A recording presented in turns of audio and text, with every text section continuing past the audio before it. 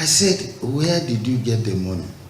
He said, Biko, now my former colleague left the money behind.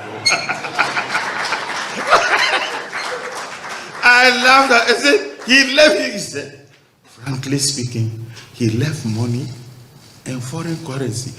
It's the money I saw. I said, look, let me leave a legacy before we go. His Excellency Peter Obi, I welcome you to Taraba State. Now you can see the difference of a wheat and chaff. Am I correct? Yes. You can see the difference of a wheat and chaff. And you can see the difference of those who can and those who can't.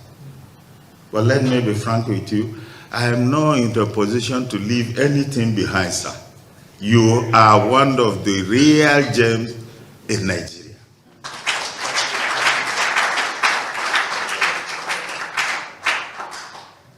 The former governor was correct. He wasn't in good terms with his governor.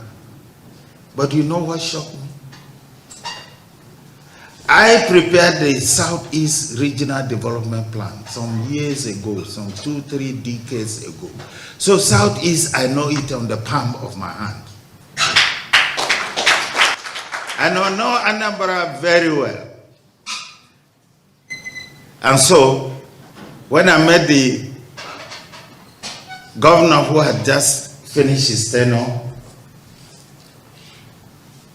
I asked him, I said, my dear brother, I had been longing to thank you immensely.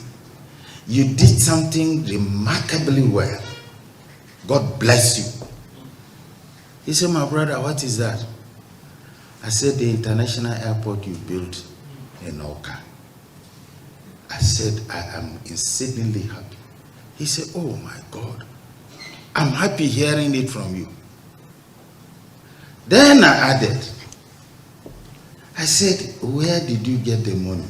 He said, Biko, now my former colleague left the money behind. I laughed at. I said, he left it. He said, frankly speaking, he left money and foreign currency. It's the money I saw. I said, look, let me leave a legacy before we go. So I'm not promising. I won't leave money. I'm owing them here, and I'll use the money well. Obi has never said, and this is what I tell people, I didn't leave money behind. What you see here is that they go and say, oh, group said, that's what I was doing. Oh, this group said, Obi didn't leave money. This group said, this group, at the time they interviewed me, I said, listen, I didn't hand over to group. I handed over to Obi. So why are they talking? But group? What they keep on saying is the money that you claimed you left behind, it was not as much as what you left. You also left a lot of liabilities let me debt finish. behind. Let me finish now. They keep saying group said, Rufai, the money I left behind was not left in overseas. I left money in 3 banks. Those 3 banks are there. You can go there. In fact, after this interview, I have in my little office here a photocopy. I will give you a photocopy of my handover note, including the balances of that account as at date I left office, issued by the banks. I left in Access Bank, which is still there. 12 billion naira, $50 million. And I'm going to give you a copy. 12 billion naira and $50 million in Access Bank. I left in Diamond Bank. 12 billion naira, $50 million. In Diamond? Diamond. I left in Fidelity Bank. 12 billion naira, $50 million. $50 million in these 3 accounts. And 12 billion naira. And 36 billion. What debts did you... 1 minute. They're documented. Rufai, the day I left office, I was not owing one contractor, one supplier who have executed his job.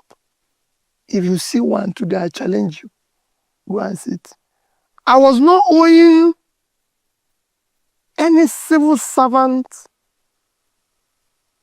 that was supposed to be paid by the state salary. I was not owing gratuity. I was not owing pension. Additionally, if you want to know, I left salary enough to pay salary for 3 months. It's documented. And I'm going to give you the documents. It's not something that anybody. So I wasn't owing anybody. So you said you were not owing people that had completed their job, but you were owing those that had not completed their jobs. If you haven't done your job, can I pay you? How can you pay somebody who haven't completed a job? Even you. So you are paid, you are not paid those that were not completed, that the job was still ongoing. If your job is ongoing, I won't. Let me give you an example. So are you telling me? When I came into Are you telling me that you left no debts behind in Anambra? Not one. I was even begging people to come and take their money. If you had a job in Anambra, you can go and ask anybody. Not one. Anybody who tells you Peter Obi was owing him, call the person. I've challenged people for 10 years. Okay. And we're just throwing the challenge out there, still debts. The challenge is on. If there are any persons out there that have any just reason to prove or claim that Peter Obi owed them as contractors, as government worker in Anambra State while he was governor from 2007 to 2014, effectively, please come out now and speak up or forever hold your peace. By this statement that Peter Obi has made now, any one of you that come out again to make false claims that Peter Obi did not leave money behind, you heard him. Even Obi never at any forum or fora claimed that Peter Obi did not leave money behind. In fact, if many of you can cast your mind back, you remember that visit that Obi paid to Governor Ishaku of Taraba State. Governor Ishaku was asking him, where did you get money to build the airport? The same airport that people are saying is ineffective. Well, it can be. And Obi replied and said that, it's his predecessor, it was Peter Obi that left money behind.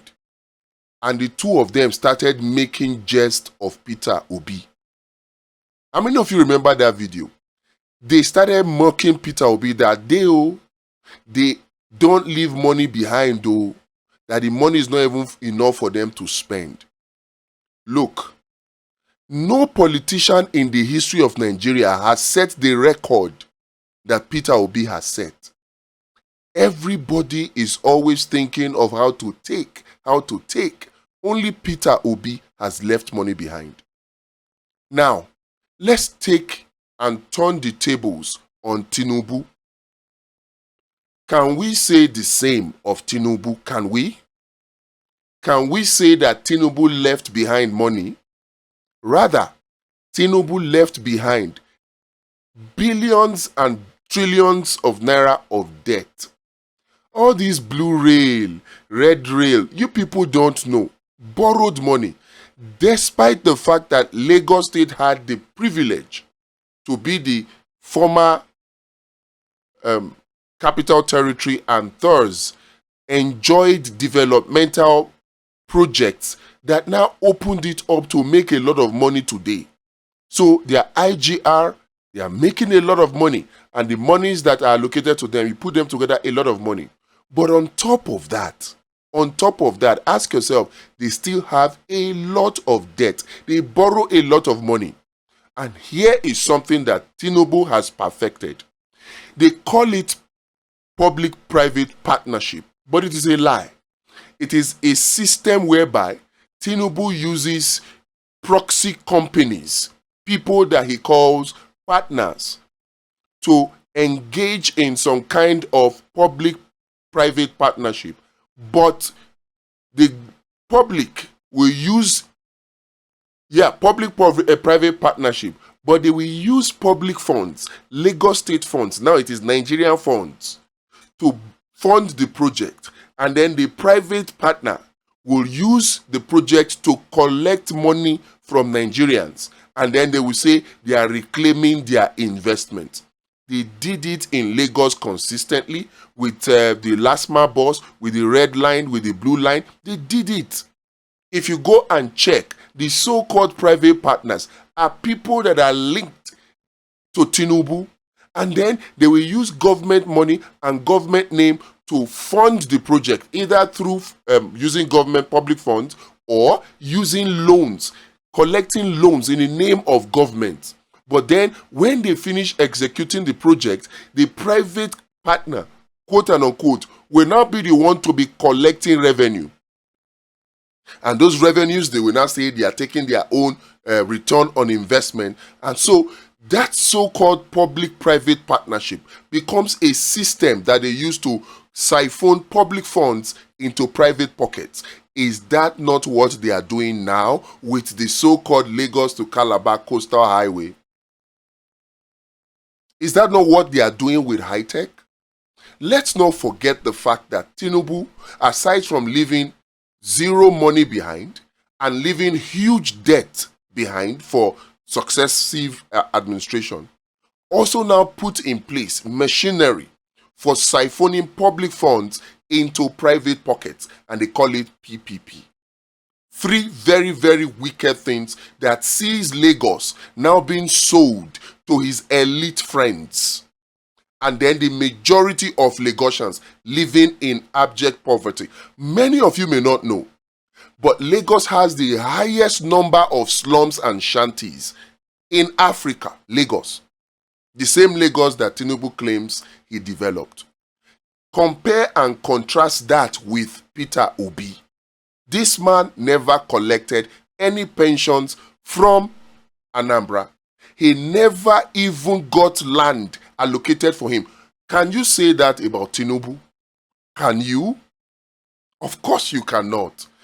The problem that we have in Nigeria is that we have leaders that are leeches, leaders that are vampires, leaders that rather than think about the welfare of their citizens, they are looking for how to collect and collect and collect from their citizens. They don't care that they make the citizens poorer in the process. They don't care.